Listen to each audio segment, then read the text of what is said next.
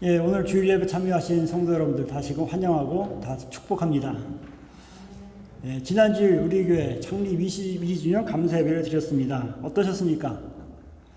예, 원래 우리가 6월 둘째 주일이 창립 감사 기념 주일인데 코비드 19 때문에 한 3개월 연기했었죠. 그래서 9월 둘째 주일에 예배를 드렸습니다. 근데 사실 9월이 돼서도 코비드 19이 수그러들지 않아서 온라인 예배를 드리는 가운데 그래도 예배당에 오실 수 있는 분들은 오시도록 해서 함께 예배를 드렸습니다. 근데 예배 드릴 때 참, 지난주에 최 전도사님이 사진을 찍었는데 보니까 그렇더라고요. 그러니까 지금 이 상황이 참 테이프도 있고 막 그러지 않습니까? 마스크도 쓰고 있고. 예배위원들은 그동안 익숙해서 괜찮을 텐데, 처음 오신 분들은 많이 어색하셨을 것 같습니다. 예배당에 들어올 때 체온을 재고, 또 방역을 위해서 마스크를 쓰고, 또 이제 뭐 악수하고 포옹 절대 하지 못하고 이제 2m 거리 두고 이야기를 나눠야 되고, 뭐 손으로 세정제로 손을 수시로 닦아야 되고, 뭐 이런 부분들이 좀 불편함을 느꼈을지도 모르겠습니다. 아직도 우리는 여전히 코비드 19을 조심해야 하는 시기이기 때문에 그런 조치를 취한 것입니다. 하지만 이런 가운데서 저는 이제 우리 교우들이 서로 반갑게 인사하면서 밝은 얼굴로 이렇게 이야기하는 모습을 보면서 정말로 오늘은 교회가 교회다운 날이다, 이런 생각을 했습니다. 네, 교회가 뭡니까? 우리 잘 아시죠? 교회는 이 교회 건물이 아니라 그랬죠. 그리스도인들이 모여서 예배하는 곳, 그것이면 어디나 교회입니다.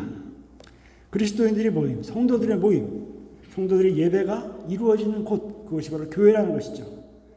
그래서 우리 교우들이 예배당에 함께 들어와서 예배드리고 함께 안부를 물으면서 대화하는 그 모습, 또 교제를 나누는 그 모습 가운데서 또한 하나님께 마음 모아서 함께 감사와 찬양을 목소리 합쳐 드리고, 또 하나님이 내려주신 은혜로 가득 찬 표정들로 함께 정말 교제하는 그 모습을 보면서 정말로 이 교회를 세워주시고 이제까지 인도해주신 하나님께 정말 감사를 드렸습니다. 또한 앞으로 하나님께서 이 교회를 통해서 이루실 새로운 일들을 또 기대하면서 또 더욱 큰 은혜를 받았습니다. 저뿐만 아니라 예배에 참석하신 우리 교우들 모두 다 같은 은혜를 나눴으리라고 믿습니다. 이렇게 교회를 이루는 우리 성도들이 교회에 모여서 예배를 드리고 어떻게 교제하느냐 참 중요하죠. 근데 이에 못지않게 중요한 것이 있습니다. 이 성도들이 교회 바깥에 자신의 삶의 현장에서 어떻게 살아가느냐, 그것입니다. 이 두 가지는 사실 서로 연결되어 있습니다. 우리가 예배에 참석하고 또 성경 읽고 말씀을 묵상하고 또 기도를 통해서 하나님께 교제하는 것, 이것이 정말로 진실한 것인가 아닌가를 나타내는 것은 어디서 나타납니까? 우리가 그리스도인으로 세상에서 빛으로 사는가, 소금으로 사는가, 그리고 세상에 물들지 않고 거룩함을 나타내며 사는가, 여기에서 드러나게 되어 있다는 것입니다. 오늘의 본문인 빌립보서도 바로 이 같은 내용을 주제로 하고 있습니다. 빌립보서는 사도 바울이 마게도니아 지역, 지금의 그리스 지역, 그러니까 유럽에서 첫 번째로 전도를 하고 교회를 세운 곳입니다. 그래서 정말로 애정이 많은 곳이죠. 근데 빌립보 교인들에게 보내는 편지인 이 빌립보서를 쓸 때 사도 바울은 로마에 있는 감옥에 갇혀 있는 상황이었습니다. 안 좋은 상황이죠. 또 빌립보 교회 교인들도 박해를 받아서 신앙을 지키기 어려운 상황이었습니다. 그럼에도 빌립보서의 별명은 무엇이냐면 슬픔의 편지가 아니라 기쁨의 편지입니다. 기쁨의 편지가 빌립보서의 별명입니다. 사도 바울과 빌립보 교회 교인들은 상황이 어려울지라도 믿음을 지킴으로 누리는 참된 기쁨을 나누고 격려하고 있으며, 또한 그러한 사랑과 기쁨과 격려가 이 빌립보서에 가득 들어있기 때문입니다. 그러한 기쁨과 사랑과 격려는 세상에서 믿음을 지키며 우리가 그리스도인으로 살아가는 그 삶의 기반이 되는 것이죠. 세상에서 믿음을 지키며 그리스도인으로 살아가는 삶, 그것을 오늘 본문에서는 한마디로 이렇게 말합니다. 복음에 합당한 삶, 그리스도의 복음에 합당한 삶. 오늘 본문에서 사도 바울은 빌립보 교회 교인들에게 이렇게 말하죠. 오직 너희는 그리스도의 복음에 합당하게 생활하라. 이것을 공동번역에서 이렇게 말합니다. 그리스도의 복음을 받은 사람다운 생활을 하십시오. 여기서 생활하라 이런 말은 뭐뭐답게 살아라 이런 거 할 때 쓰이는 말입니다. 대표적으로 시민답게 살아라 라고 할 때 쓰이는 말이 되겠죠. 시민이란 말이 나왔습니다. 여기서 시민은 사실은 당시 로마 사람들이 선망하던 로마 시민권을 우리가 얘기할 수가 있겠습니다.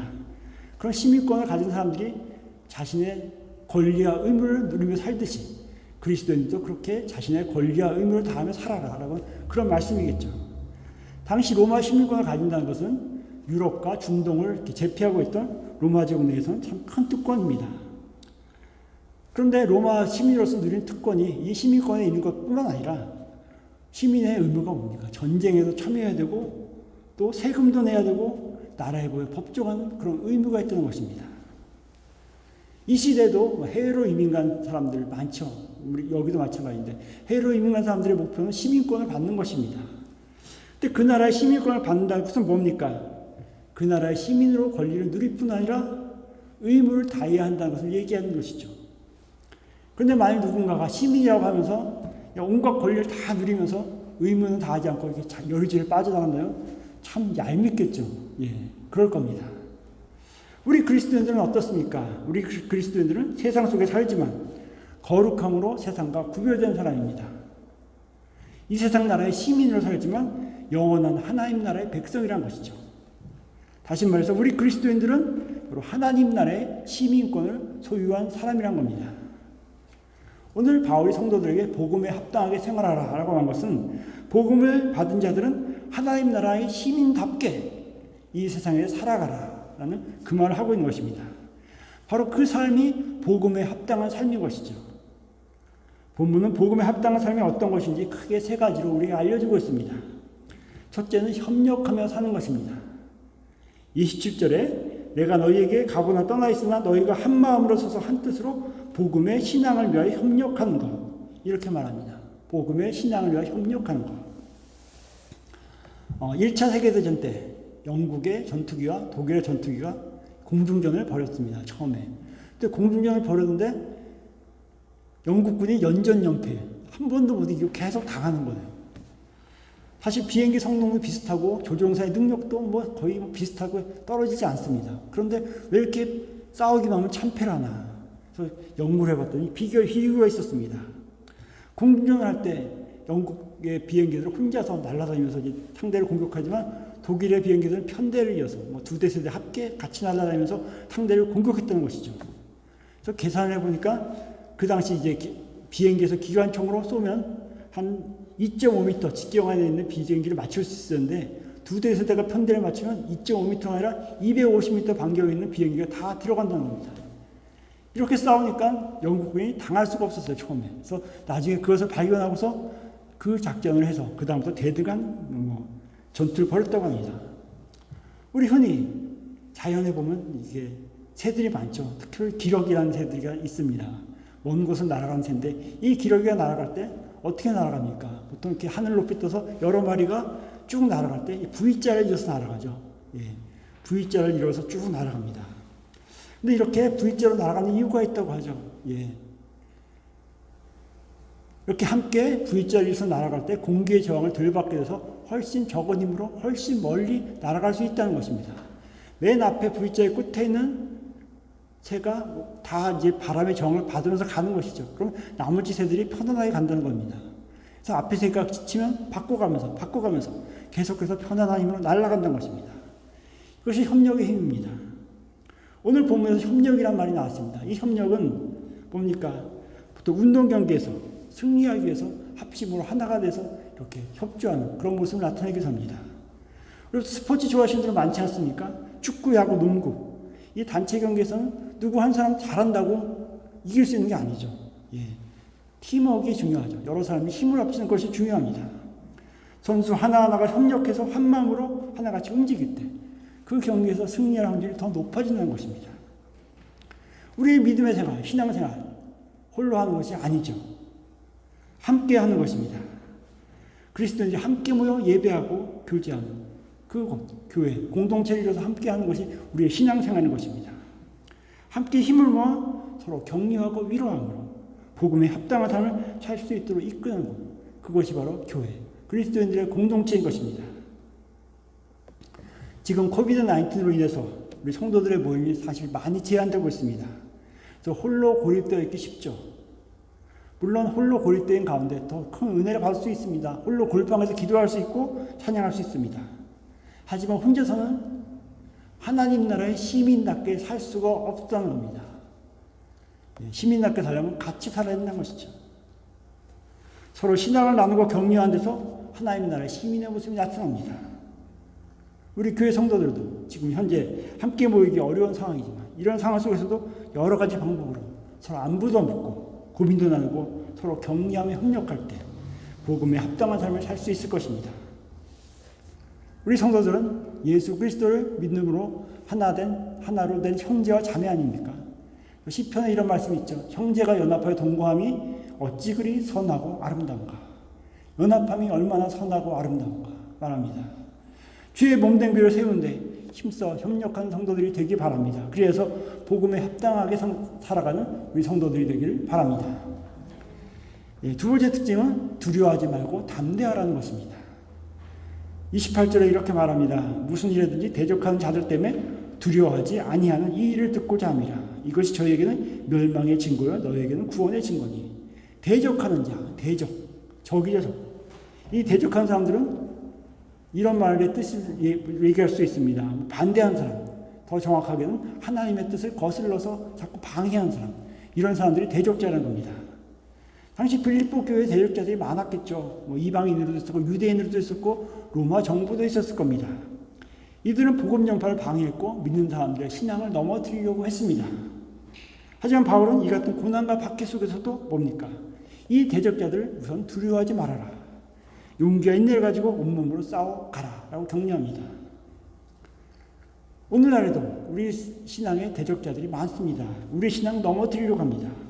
우리 믿음을 약하게 하고 하나님으로부터 우리를 멀리 떠나게 만들려고 합니다. 또한 세상과 타협하게 만드는 여러 가지 것들 합니다. 이 모든 것들이 다 대적자라고 우리가 얘기할 수 있어요. 또 특정한 누구를 지칭한 것이 아니라 이 모든 것들을 일으키는 것들이 대적자라고 할 수 있습니다. 근데 이 대적자의 특징이 뭡니까? 먼저 우리에게 공포심, 두려움을 준다는 것입니다. 그래서 이런 대적들과 부딪히기도 전에 미리 겁먹고 불안과 초조와 낙심 가운데 쓰러지게 만드는 것. 그것이 특징이라는 것이죠. 하지만 분명히 말하고 있습니다. 사도 바울은 말하고 있죠. 믿음을 굳게 갖고 이 사탄의 위협을 두려워하지 않으면 능히 이길 수 있다 말합니다. 그것이 이런 말씀이죠. 두려워하지 않는 것, 이것은 저희에게는 멸망의 증거요 너희에게는 구원의 증거다. 우리가 두려워하지 않으면 저들은 멸망한 것이 확실하고 우리는 구원받았으니 확실해진다. 바로 그 말씀을 하고 있는 것입니다. 오기도 전에 미리 두려워하지 말라는 것입니다. 두려워하지 떨지 말고 정말로 믿음을 가지고 굳게 나가라, 전진하라. 그 말씀을 하고 있는 것입니다. 초대교회 시대 교부 중에 유명한 분, 크리소스톰. 이분이 이제 로마 황제가 주님이 아니고 예수님이 주입니다. 주장하다가 로마 황제 앞에 끌려가서 이제 신문을 받았습니다. 로마 황제는 이 겁을 주기 시작했습니다. 어떻게 겁을 줬느냐? 당신 크리소스톰 이 나라에서 당신의 집에서 추방해 버리겠어. 이렇게 얘기했어요. 그러니까 어떻게 대답했냐면 폐하께서는 저를 집에서 추방하는 것 불가능합니다. 왜냐하면 이 전 세계가 다 우리 아버지 집입니다. 라고 대답을 합니다. 그러니까 또 협박을 합니다. 그러면 네 모든 재산을 다 뺏어버리겠다. 그러니까 크리소스톰이 이렇게 대답합니다. 내 보안은 하늘에 있습니다. 아무도 그것을 뚫고 뺏어갈 수 없습니다. 이렇게 대답을 합니다. 그러니까 황제가 화가 나서 또 협박을 합니다. 그럼 너를 감옥에 집어넣어서 일생 동안 다른 사람을 접촉하지 못하게 만들겠다. 이러니까 또 이렇게 대답합니다. 크리소스톰이 저에게는 결코 저를 떠나가지도 않고 버리지도 않으신 하나님, 그렇게 약속하신 하나님이 함께 하십니다. 두렵지 않습니다. 이렇게 말합니다. 그러니까 황제가 화가 나서 그렇다면 너를 사형에 처하겠다. 이렇게 협박을 합니다. 그러니까 저는 죽음이 조금도 두렵지 않습니다. 왜냐하면 저의 생명은 그리스도와 함께 있으니까요. 라고 대답했다고 합니다. 이 크리소스톰은 환경의 위협, 죽음의 공포를 두려워하지 않고 대답했습니다. 하나님을 확실히 믿었고 확실히 의지했기 때문에 이런 협박과 두려움에 결코 두려워 떨지 않았던 것입니다. 성경에 보면 하나님께서 가나안 진입을 앞둔 여호수아에게 이렇게 말하죠. 마음을 강하게 하고 담대하라. 두려워 말며 놀라지 말라. 내가 어디로 가든지 나 여호와가 너와 함께 하리라. 그렇게 말씀하신 하나님께서 오늘날 이 시대도 우리 성도 각자에게 이렇게 말씀하시고 계십니다. 내가 너와 함께한다. 그러니 넌 두려워하지 말고 놀라지 말라. 마음을 강하게 하고 담대하게 하라. 네가 어디 가든지 나 여호와가 너와 함께 하느니라. 이런 믿음과 확신이 있을 때 어떤 대적 앞에도 어떤 공포 앞에서도 두려워하지 않는 성도들이 될 수 있을 것입니다. 오늘날 우리에게 두려움을 주는 것들이 많이 있습니다. 경제적인 불안도 두려움을 줄 수 있습니다. 건강 염려 두렵습니다. 또 미래에 대한 걱정, 두려움을 줄 수 있습니다. 하지만 이 모든 것들을 두려워하지 말고, 두려움에 떨지 말고 항상 우리와 함께 하시는 하나님을 의지하라는 말씀입니다. 바로 그러할 때 우리가 두려움으로부터 벗어날 수가 있는 것입니다. 어떤 대적들 앞에서도 두려워 떨지 말고 우리의 삶의 참 구주이신 예수님만을 바라보고 믿음으로 이겨내는 성도들이 다 되시길 바랍니다. 세 번째 복음에 합당한 삶의 특징은 고난을 견뎌라는 것입니다. 오늘 29절에 보면 그리스도를 위하여 너에게 은혜를 주신 것은 다만 그를 믿을 뿐 아니라 또한 그를 위하여 고난도 받게 하심이라. 우리가 예수 그리스도를 구주로 믿게 된 것은 전적으로 하나님의 은혜라고 우리는 고백하죠. 우리에게 은혜를 주셔서 우리로 하여금 구원에 이르게 하신 것을 우리가 고백하는 것입니다. 그러므로 우리가 그리스도를 믿는다는 것, 이것은 은혜입니다. 또한 특권입니다. 아무나 할 수 없다는 것이죠. 근데 하나님의 은혜는 여기서 끝나지 않는다는 것이죠. 너에게 은혜를 주신 것은 다만 그를 믿을 뿐 아니라 또한 그를 위하여 고난도 받게 하심이라. 믿음도 은혜지만 고난도 은혜라는 말씀입니다. 왜? 바로 그리스도를 위한 고난이기 때문입니다. 앞에 많은 두려움은 아직 닥치지도 않은 것들을 염려하는 그런 것이라면 고난은 뭡니까? 실제적으로 닥친 것, 정말로 내 삶에 바로 닥친 그것들을 말합니다. 초대교회 교인들 박해를 많이 당했죠. 삶의 터전을 잃기도 했고 목숨을 잃기도 했습니다. 그런데 바울은 그들에게 이렇게 말합니다. 그리스도를 위하여 당하는 고난이 바로 우리 기독교인들의 은혜요, 기독교인들의 특권이라고 말합니다. 정말 이해하기 어려운 말일지도 모릅니다. 왜? 하지만 그 이유가 있죠. 그 고난은 바로 예수 그리스도를 위한 고난이고 하나님 나라의 백성에게 받는 고난이기에 우리가 은혜로 받아들여야 되고 그것을 잘 견디는 것이 바로 구원받은 이들의 증거, 복음에 합당하게 사는 삶의 증거임을 알려주고 있는 것입니다. 로마서 8장에서 이렇게 말합니다. 자녀이면 하나님의 상속자고 그리스도와 함께한 상속자다. 우리가 그와 같이 하나님께 영광을 받기 위하여 고난도 함께 받아야 될 것이니라. 그리스도인들의 고난은 마치 군인이 전투를 하는 것, 또한 운동선수가 경기를 하는 것과 같습니다. 전쟁에서 승리의 영광은 누구에게 있습니까? 힘써 싸운 군인에게 있습니다. 경기에서 승리의 기쁨은 누구에게 있습니까? 힘써 참여한 선수들에게 있습니다. 전쟁에 참여하지 않았다면 군인이 아니죠. 그 경기에 참여하지 않았다면 선수가 아닙니다. 전쟁은 군인의 의무이자 특권입니다. 마찬가지로 경기는 선수의 의무이자 특권인 것입니다. 이와 마찬가지로 우리 그리스도인들에게 믿음을 지키며 겪는 고난, 이것은 우리 삶에서 의무이자 특권이라는 것입니다. 일제시대 때 신사참배 반대하다가 순교하신 주기철 목사님 이야기 참 많죠. 그래서 이런 말씀을 하셨다고 합니다. 주님을 위하여 오는 고난을 내가 피했다가 이 다음에 주님 앞에 가서 못자국과 가시관을 보이시면 나는 무슨 낯으로 대할까? 이렇게 말씀하시면서 묵묵히 그 고난의 길을 갔다고 합니다. 이처럼 고난은 우리 성도에게 주시는 하나님의 은혜이며 특권입니다. 시편 119편에서는 고난당하는 것이 내게 유익이라. 이로 인하여 내가 주의 윤례를 배우게 되었나이다. 삶의 고난이 우리에게 유익이라는 것입니다. 그리스도를 위해 고난받는다는 것은 바로 뭡니까? 우리가 그리스도의 발자취를 따라가고 있다는 그 증거라는 것이죠. 참고 견디며 승리하신 그 길을 우리가 따라간다는 증거라는 겁니다. 그래서 유익함이 있습니다. 우리 성도들은 고난을 통해서 하나님을 가까이 하게 되고 말씀을 더 사모하게 되고 그 말씀을 깨닫고 그 말씀대로 더 순종하는 삶을 살게 되는 것이죠. 그러기에 고난은 우리에게 어쩌면 은혜이고 특권인 것입니다. 예수를 믿기 때문에 당하는 고난 참 귀하다는 것이죠. 그 고난조차도 은혜로 깨닫고 각 기꺼이 받고자 하는 삶, 이것이 바로 복음에 합당한 성도의 생활이라는 것입니다. 이 시대 우리에게 어떤 고난이 있습니까? 우리가 당하는 어떤 고난들이 있습니까? 참 많죠. 우리가 믿음을 지키며 살 때 당하는 여러 가지 일들, 믿음을 지키며 살 때 손해당하는 여러 가지 일들이 다 그 고난이라고 말씀을 드릴 수가 있습니다. 그런데 그런 고난을 꾹 참고 견디며 나가는 것, 그것이 바로 우리의 은혜요 특권이라고 알려주고 있습니다. 참고 견디고 승리하신 주님, 바로 그분이 우리에게 참고 견딜 힘을 주시고 우리에게 승리를 주실 것입니다.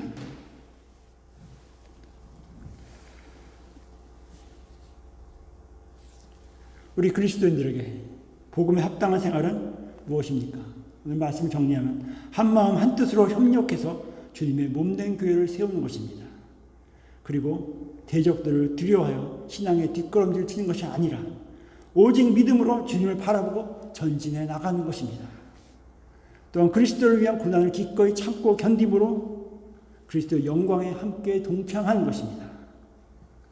우리 나온교회 성도들 모두 복음에 합당한 생활하는 그리스도인들이 되어서 주님의 교회에서 서로 힘을 합하여 나가고 죄악 세력의 위협에 두려워하지 않고 믿음으로 승리하고 또한 그리스도를 위한 고난을 감당하며 삶 속에서 하늘의 축복과 참된 평안을 모두 누리시기를 주님의 이름으로 축원합니다.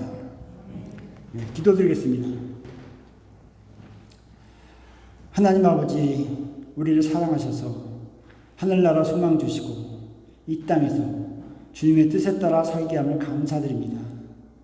세상은 험하고 어려운 일들이 많지만 우리들이 주 안에서 서로 마음과 뜻과 힘을 합하여 주님의 교회를 세우고 서로를 일으켜 세우게 하시고 두려움 없는 믿음으로 그리스도를 위한 고난을 감당함으로 이 세상과 하늘나라에서 주님이 주신 복을 누리는 복음에 합당한 생활하는 그리스도인들이 모두 되게 하여 주시옵소서. 우리를 구원하신 예수님의 이름으로 기도드립니다. 아멘. 다시 찬송가 336장 함께 찬양하겠습니다.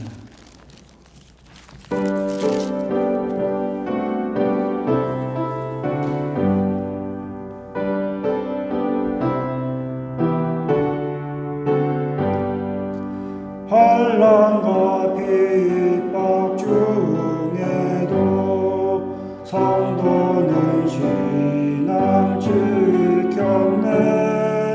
이 신앙 생각할 때에 기쁨이 충만하도다. 성도의 신앙 따라서 죽도록 충성하겠네. 옥중에 매인 성도나 양심은 자유 얻었네. 우리도 고난 받으며 죽어도 영광 되도다. 성도의 신앙 따라서 죽도록 충성하겠네. 성도의 신앙 본받아 원수도 사랑하겠네.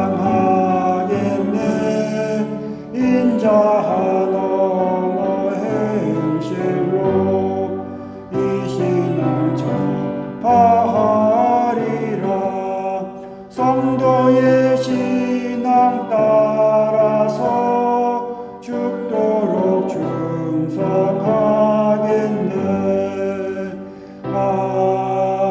아멘. 다 같이 일어나 주십시오. 부모 기도드리겠습니다. 사랑과 은혜가 풍성하신 하나님, 우리들이 우리 삶의 공급자 되시는 하나님을 믿으며 세상 속에서 소망을 잃지 않고 복음에 합당한 삶을 살게 함을 감사드립니다. 이 시간 우리들이 지금 가진 모든 것들과 이제까지 내 삶을 유지시켜온 모든 것들이 하나님께로부터 왔음을 고백하며 그 한량한 은혜 감사하며 정성과 예물을 드립니다. 우리 가진 것 중에 구별해서 11조와 감사헌금과 성경과 주정헌금으로 드립니다. 우리들이 드린 예물을 하나님께서 기쁘게 받아주시고 이 예물을 십자가에서 보혈 흘리신 주님의 몸된 교회를 통하여서 선교와 구제와 교육과 봉사 등 하나님의 일에 귀하게 선하게 사용하여 주시옵소서. 오늘 기쁜 마음으로 감사하는 마음으로 기도하는 마음으로 주님께 예물을 드린 성도들의 삶에 더 큰 기쁨과 더 깊은 감사로 갚아주시고 성도들이 그 기쁨과 감사를 이웃과 나누는 복의 근원, 복의 통로가 되게 하여 주시옵소서. 마음을 예물로 드린 성도에게도 동일한 은총 내려 주시옵소서. 모든 것을 감사드리면서 주 예수님의 이름으로 감사하며 기도드립니다. 아멘.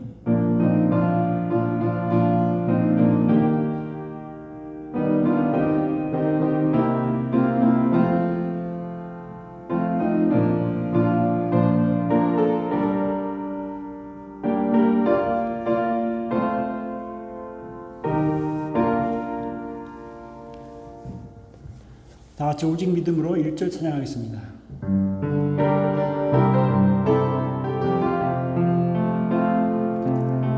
세상은 들리고 사람들은 변하여도 나는 주를 섬기리. 주님의 사랑은 영원히 변하지 않네. 나는 주를 신뢰해. 오직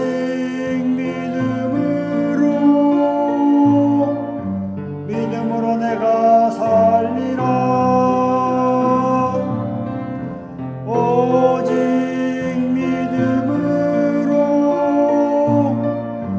믿음으로 내가 살리라.